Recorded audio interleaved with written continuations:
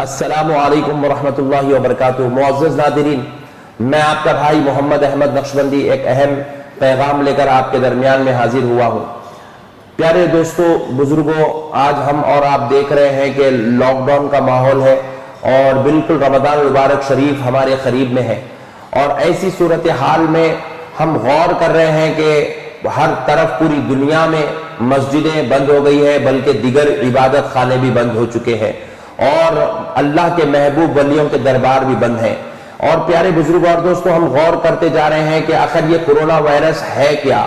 آپ یقین مانیے پیارے بزرگوں اور دوستوں، کوئی اسے جو ہے وبا کہتا ہے، کوئی اسے بیماری کہہ رہا ہے، کوئی اسے وائرس کہہ رہا ہے، کوئی اسے کسی کی سازش کہہ رہا ہے، لیکن در حقیقت میں سمجھتا ہوں کہ یہ اللہ تبارک و تعالیٰ کی ناراضگی ہے، اللہ تبارک و تعالیٰ کا جلال ہے، جو اللہ تبارک و تعالیٰ اپنے بندوں پر اپنی ناراضگی کا، اپنے جلال کا اظہار کرونا وائرس کے ذریعے سے کر رہا ہے، کیونکہ پوری دنیا کے اندر مسجدیں بند ہیں، حتیٰ کہ کعبۃ اللہ شریف جیسی بارگاہ میں طواف جیسا عمل رکا ہوا ہے، مسجد نبوی شریف میں روضہ رسول صلی اللہ تعالی علیہ وسلم پر زیارت کا سلسلہ رکا ہوا ہے، اور وہاں پر لوگوں کو، زائرین کو آنے نہیں دیا جا رہا ہے۔ وجہ کیا ہے؟ آپ سمجھتے ہیں کہ شاید یہ کسی بندے کا کمال ہے، میں سمجھتا ہوں کہ نہیں، یہ کسی بندے کا کمال نہیں، بلکہ یہ پروردگار اپنے جلال کا اظہار کر رہا ہے، بندوں کو متنبہ کر رہا ہے، آگاہ کر رہا ہے کہ بندوں خبردار۔ کیونکہ پیارے بزرگ اور دوستو، کس چیز سے اللہ بندوں کو آگاہ کر رہا ہے؟ ذرا غور کریے،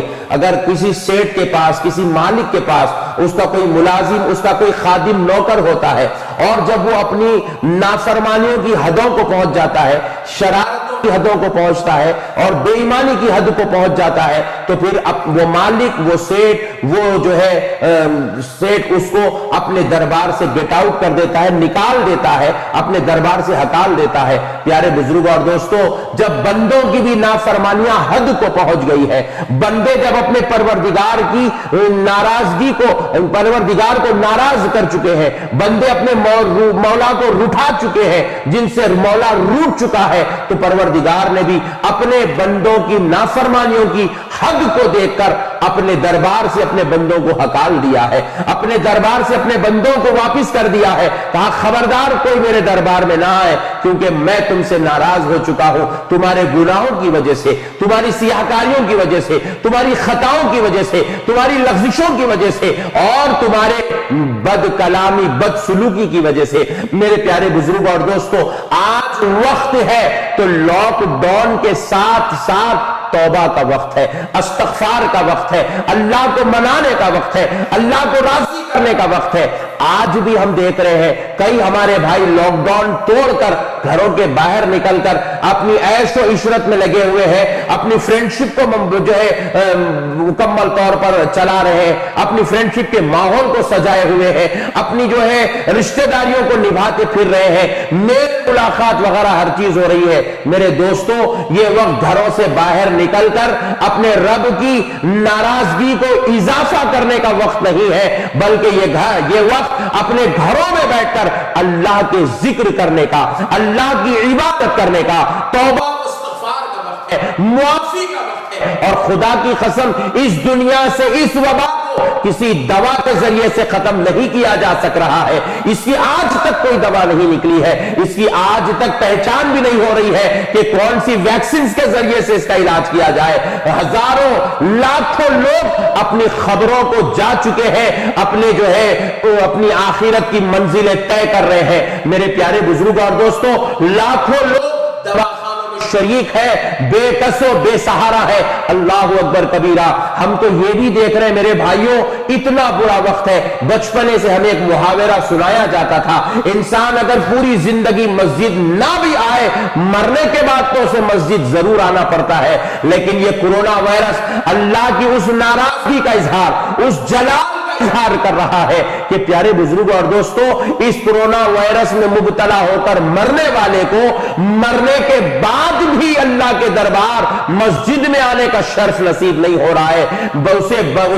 اس کے رشتہ دار اسے کندھا نہیں دے سک رہے ہیں، اس کے خاندان والے اس کی میت پر جو ہے آخری دیدار نہیں کر سک رہے ہیں۔ اللہ اکبر کبیرہ، ذرا غور کرے میرے پیارے بھائیوں، کیا حالات ہو گئے ہیں، اللہ کس قدر اپنے بندوں سے ناراض ہے۔ یہ وقت میرے بھائی عیش و عشرت کا وقت نہیں ہے، یہ دوستیوں کو نبھانے کا وقت نہیں ہے، یہ رشتہ داریوں کو آپس میں دعوتیں کرنے کا وقت نہیں ہے دوستو، یہ توبہ کا وقت ہے، یہ استغفار کا وقت ہے، یہ روٹھے پروردگار کو منانے کا وقت ہے۔ اپنے گھروں میں آیت کریمہ کا اہتمام کرے، درود پاک کا اہتمام کرے، تلاوت قرآن کا اہتمام کرے، ذکر و اذکار کا اہتمام کرے، اور خصوصاً یاد رکھے اس محفل میں اپنے گھر کے بوڑھوں کو اور اپنے بچوں کو ضرور شریک کرے، کیونکہ یہ وہ لوگ جن پر اللہ کو رحم بہت زیادہ آتا ہے۔ جب بوڑھے اللہ کو لا الہ الا انت سبحانک انی کنت من الظالمین کہہ کر پکاریں گے، جب بچے بیٹھ کر پروردگار کو یا رحمان یا رحیم یا ستار یا غفار کہہ کر یا کریم کہہ کر پکاریں گے، خدائے رب ذوالجلال کی قسم اللہ ہماری خطاؤں کو چھپائے گا بھی، معاف بھی کرے گا، کرم بھی کرے گا، رحم بھی کرے گا، اور ہمارے اوپر سے یہ وبا دور ہو جائے گی، ہمارے ملک سے یہ وبا دور ہوگی، ہمارے شہر سے یہ وبا دور ہوگی۔ ہم دیکھ رہے ہیں کہ میرے پیارے بھائیوں ذرا غور کریں اللہ کس قدر ناراض ہے۔ ہم سمجھ رہے ہیں کہ پولیس والوں نے مسجدوں کو بند کروا دیا، حکومت نے مسجد کو بند کر، نہیں میرے بھائی، یہ تو ایک ذریعہ ہے، حقیقت میں یہ مسجد اللہ نے بند کروائی ہے۔ اللہ رب العزت اپنے بندوں سے ناراض ہے، کلیجے کانپ رہے ہیں، دلوں پر لرزہ ہے۔ رمضان المبارک شریف جیسا مقدس مہینہ اب 2-4 دن میں ہمارے درمیان جلوہ گر ہونے والا ہے۔ اب میرے بھائیوں، یہ وہ مقدس مہینہ ہے جس میں شیطان کے پیروں میں زنجیروں کے ڈال کر اسے جکیڑ دیا جاتا ہے، مگر اس کے بعد مسجدوں کو آنے سے مسلمانوں کو کوئی نہیں روک سکتا، کوئی نفس اسے نہیں روک سکتا، شیطان کا شر اسے نہیں روک سکتا، لیکن اللہ نے کورونا کو بھیج کر مسلمانوں کو مسجدوں کو آنے سے روک دیا۔ میرے بھائیوں ذرا غور کرو کس قدر اللہ ناراض ہے۔ آؤ میرے بھائی توبہ کرتے ہیں، آؤ روٹھے پروردگار کو مناتے ہیں، آؤ اپنے ماضی کی زندگی کے گناہوں پر غور کرتے ہیں، آؤ انسانیت پر جو ہم نے ظلم کیا ہے اس ظلم کو غور کرتے ہیں کہ ہم نے کیسے کیسے لوگوں کو ستایا، ہم نے کس قدر لوگوں کے ساتھ ظلم کیا ہے، کس قدر لوگوں پر ہم نے زیادتی کی ہے، کس قدر لوگوں کو ہم نے رسوا کیا ہے، کس قدر ہم نے انسانیت کی عظمتوں کی دھچیاں اڑائی ہے، ماں باپ کو ماں باپ کی نافرمانی کی، بیوی بچوں کے ساتھ بدسلوکی کیا،